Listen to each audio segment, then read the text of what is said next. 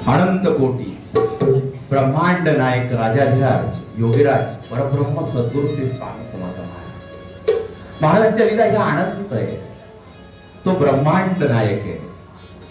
महाराजांना प्रत्येक भक्ताची काळजी लागलेली आहे. स्वामी म्हणतात, माझा भक्त कुठे बी असो, त्याच्या मुखामध्ये जर माझं नामस्मरण असेल, मी सदैव त्याच्या पाठीशी आहे, सदैव मी त्याच्या सोबत आहे.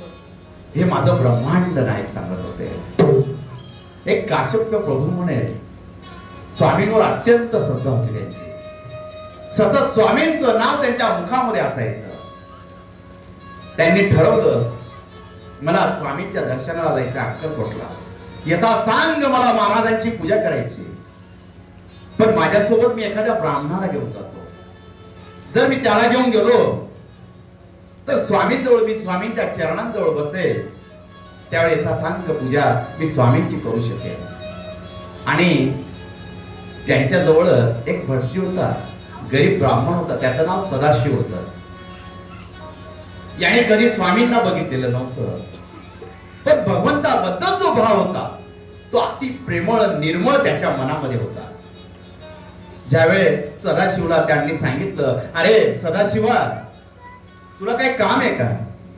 माझ्याबरोबर अक्कलकोट आला असता आणि स्वामींचं दर्शन करू आपण. सदाशिवला आनंद झाला. एखाद्या सिद्ध पुरुषाचं जर मला दर्शन होत असत, मी का नाही म्हणू? मला स्वामींचं बोलावं नाही, मी तुमच्या बरोबर यायला तयार आहे, पण मी आत्याबाईला सांगून देतो का मी स्वामींच्या दर्शनाला जाऊन येतो. आणि हा सदाशिव एक आत्याबाई होता, त्यांच्याकडं स्वयंपाकाचं काम करत असे. आत्याबाईला सांगितलं, आत्या, मला 2-3 दिवस सुट्टी हवी आहे, मला स्वामींच्या दर्शनाला जायचंय. आत्याबाईने आनंदाने सांगितलं, जा, स्वामींच्या दर्शनाला नक्की जा. आणि ज्यावेळेस आत्याबाईने आशीर्वाद दिला जाण्याचा, त्यावेळेस सदाशिव आणि हा काश्यप प्रभू हे स्वामींच्या दर्शनाला निघाले. पण ही आत्याबाईला मुलं बाळ काही नव्हते, एकटीच असायची घरामध्ये. पैसा अडका भरपूर होत, दान धर्म करायची इच्छा होती, पण कोणाला काय द्यावं हेच तिला समजत नव्हतं, दान कसं करावं हेच तिला माहित नव्हतं. आणि इकडे हे दोघं स्वामींच्या दर्शनाला अक्कलकोटला निघाले. माझा ब्रह्मांड नायक अक्कलकोटला वटवृक्षाच्या छायेमध्ये बसलेला आहे. महाराजांच्या चेहऱ्यावर स्मित असं सुंदर हसते. महाराज हसू राहिले. महाराजांच्या चेहऱ्यावरचं हास्य बघण्यासारखं होतं. महाराजांना आनंद झालेला होता. सगळे भक्त स्वामींपुढे हात जोडून होते. बाळप्पा महाराज हात जोडून होते. श्रीपाद भट्ट स्वामींजवळ बसलेले होते आणि महाराजांकडे बघताय. बाळप्पा महाराज म्हणताय, स्वामी आज आनंदी आहे. सुंदराबाई बोलत होते, हा कोणी येत असेल त्यावेळेस त्यांना आनंद होतो. हे रोजचं झालं. सुंदराबाईची बडबड चालू होते. आणि सुंदराबाईची एक सवय होती, तिला अधिकार होता स्वामींवर आवाज वाढवण्याचा. स्वामींपुढे जर कोणी मोठ्याने बोलत असत तर ती सुंदराबाई होती.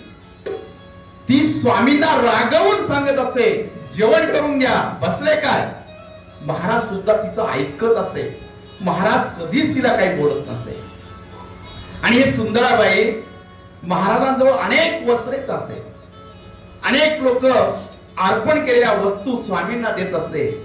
आणि काही काहींना या सुंदराबाईची दया येत असे, तर सुंदराबाईला सुद्धा साडी पिढी सर्व घेऊनच असे. पण एक सुंदराबाईची सवय होती, ती मुद्दामून स्वामी समोर जुन्या साड्या, फाटक्या साड्या नेसत असे.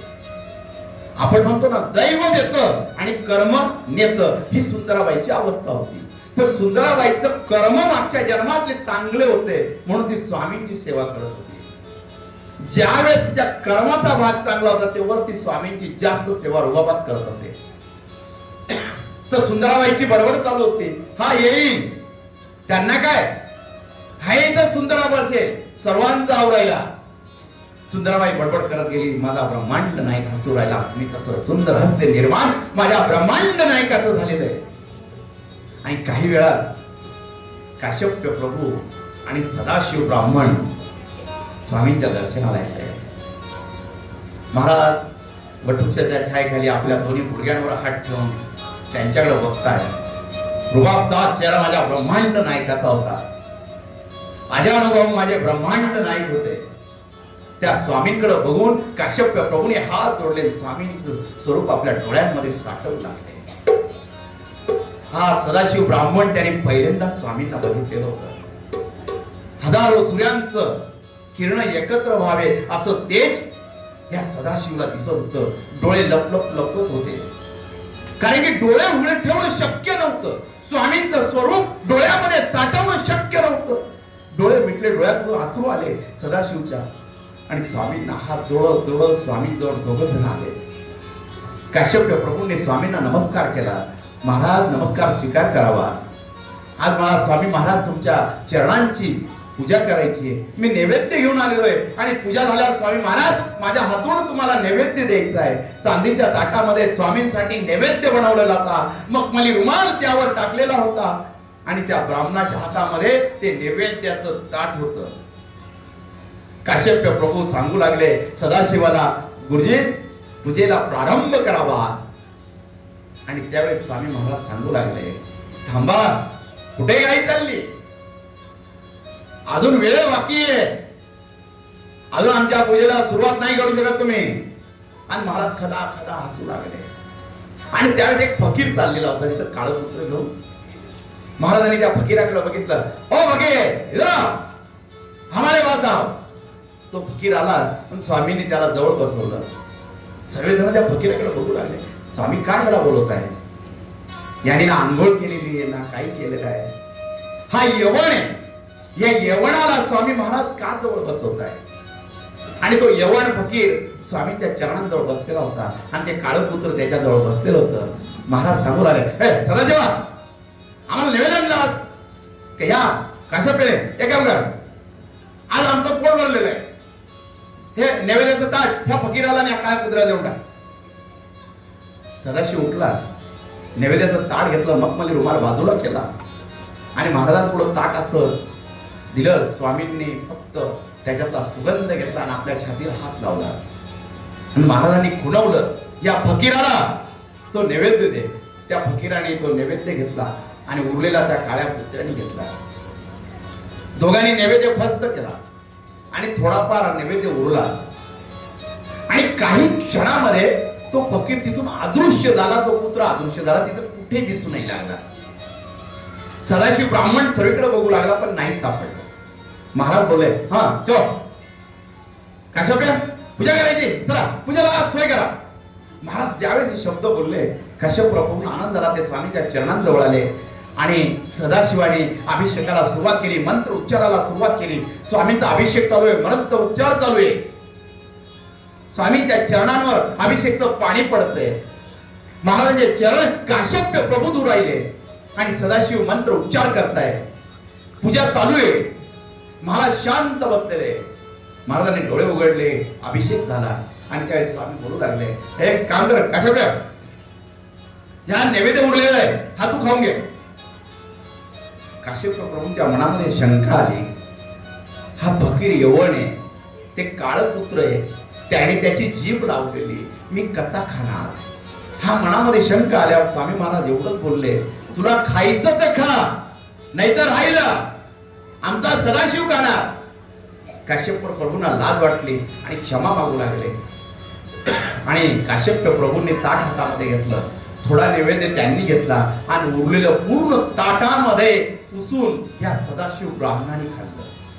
आणि महाराज बोलू लागले, सदाशिव भला होणार, जा तुझी सोय करून ठेवली आम्ही, तुला 5,000 रुपये मिळणार, 5,000 रुपये घेऊन टाक, तुझ्या आयुष्याचं कल्याण होणार. आता आम्ही तुझ्या सोबत आहोत. काश्यप तुम्ही काळजी करू नकोस, तुझ्या घरी भरभराटी होणार. तुम्ही दोघं आता काळजी करू नका, तुम्ही आमची सेवा केली, तुम्हाला मेवा देणार, जा जा, तुला मिळाला मेवा. सदाशिव ब्राह्मण स्वामी पुढे हात धरून उभा राहिला, आणि स्वामींना सांगू लागला, महाराज अहो मला 1 आणे 2 आणे मिळतात स्वामी, हे 5,000 रुपये एवढे मी सांभाळू कसे? मी कधी एवढे पैसे नाही पाहिले स्वामी, आणि मला कोण देणार स्वामी एवढे पैसे? तो आमच्या विश्वास आहे ना, मग काळजी कसे करतो? आमचा आशीर्वाद आहे तुझ्या वाणीशी, जा तुझ्या कामाला जा. सदाशिव ब्राह्मणाच्या डोळ्यामध्ये अश्रू आले. त्याने स्वामींचे चरण पकडले. काश्यप प्रभूंना राहवले गेलं नाही आणि डोळ्यामध्ये अश्रू येऊ लागले. स्वामींच्या चरणांवर पडू लागले आणि आपल्या अश्रूंनी स्वामींच्या चरणांचा अभिषेक झाला. महाराजांनी आनंदाने त्यांना पाठवलं. मुंबईला आले. काश्यप प्रभू आपल्या घरी आले आणि रात्रभर मुखामध्ये स्वामींचं नामस्मरण चालू होतं. हा सदाशिव आपल्या आत्याबाईकडे आला आणि सकाळचा स्वयंपाक करत होता आणि आत्याबाई बसल्या होत्या आणि त्यावेळेस त्यांना स्वामींचा दृष्टांत झाला. तुला ज्यावेळेस भक्तांसाठी काही करायची वेळ होईल त्यावेळेस मी तुला सांगणार, तू लोकांसाठी काय सेवा करणार तर तुझ्याकडचे 5,000 माझ्या सदाशिवला दे. तुझी सेवा आमच्यापर्यंत पोहोचणार. आणि ज्यावेळेस तुला दृष्टांत झाला आणि ती सदाशिव जवळ 5,000 रुपये पाकिटामध्ये येऊन गेली. सदाशिवा, खूप सेवा केली माझी, हे पैसे तुला ठेव, आता माझं कोणीच नाहीये, तूच माझी सेवा कर, हे सर्व पैसे तुझे आहेत. सदाशिवच्या डोळ्यामध्ये पाणी येऊ लागलं, कारण की स्वामींनी जो दृष्टांत अक्कलकोटला दिलेला होता तो साक्षात माझ्या पुढं ही आत्याबाई सांगतेय. जे स्वामी मला बोलले होते की तुला 5,000 रुपये मिळणार आहे आणि ते 5,000 माझ्या हातामध्ये येत आहे, त्याने आत्याबाईचे पाय पकडले. तुम्हाला कोणी सांगितलं मला 5,000 रुपये द्यायला? त्यावेळेस आत्याबाई सांगता, मला सकाळी सकाळी स्वामींचा दृष्टांत झाला. तुला जर दान धर्म करायचा असेल तर माझ्या भक्ताला कर, माझ्या सदाशिवला कर. ज्यावेळेस तू सदाशिवला दान धर्म करशील ते दान धर्म माझ्यापर्यंत पोहोचेल. म्हणून हा दान धर्म मी तुला करत आहे. आणि सदाशिवने तो स्वीकार केला आणि स्वामींची आठवण झाली. तिकडे काश्यप प्रभू जे कर्जाने जे बेहाल झालेले होते, त्यांच्याकडे शब्द नव्हते स्वामींना सांगण्यासाठी मी माझ्यावरचं कर्ज कसं कमी करू, पैसे अडका माझ्याकडे कसा येईल. त्यावेळेस स्वामींनी त्यांना आशीर्वाद दिला आणि त्यावेळेस त्यांना लक्ष्मी प्राप्त झाली आणि त्यांच्या घरी सुद्धा भरभराटी आली. आणि सदाशिव आणि काश्यप एकमेकाला आपला अनुभव सांगू लागले आणि दोघ जण परत अक्कलकोटच्या ओढीने स्वामींच्या दर्शनाला आले. महाराज बसलेले होते. महाराजांचं दर्शन घेतलं दोघांनी आणि घेतलं झालेला अनुभव स्वामींना सांगितला. आणि जे 5,000 रुपये सदाशिवला मिळाले होते त्याने स्वामींच्या चरणी ठेवले. स्वामी, मला नको, फक्त तुम्ही माझ्या आयुष्यात राहा स्वामी, मला यापुढे काहीच नको, मला तुमची सेवा करू द्या. सदाशिवा, अरे आमचा भक्त होतास म्हणून आम्ही तुला अक्कलकोटला बोलवलं. अक्कलकोटला कोणी येत नसतं. अक्कलकोटला कोण येऊ शकतो? ज्याच्यावर आमची कृपा असते, जो भक्तांत असतो, प्रत्येक जन्मामध्ये आम्हाला भेटत असतो, त्याला आम्ही बोलवत असतो. म्हणून तू आज आमच्या जवळ आलेला आहे, तू माझा भक्त झाला आहे. हे 5,000 रुपये तुला ठेव, आम्ही सदैव तुझ्या पाठीशी येऊ.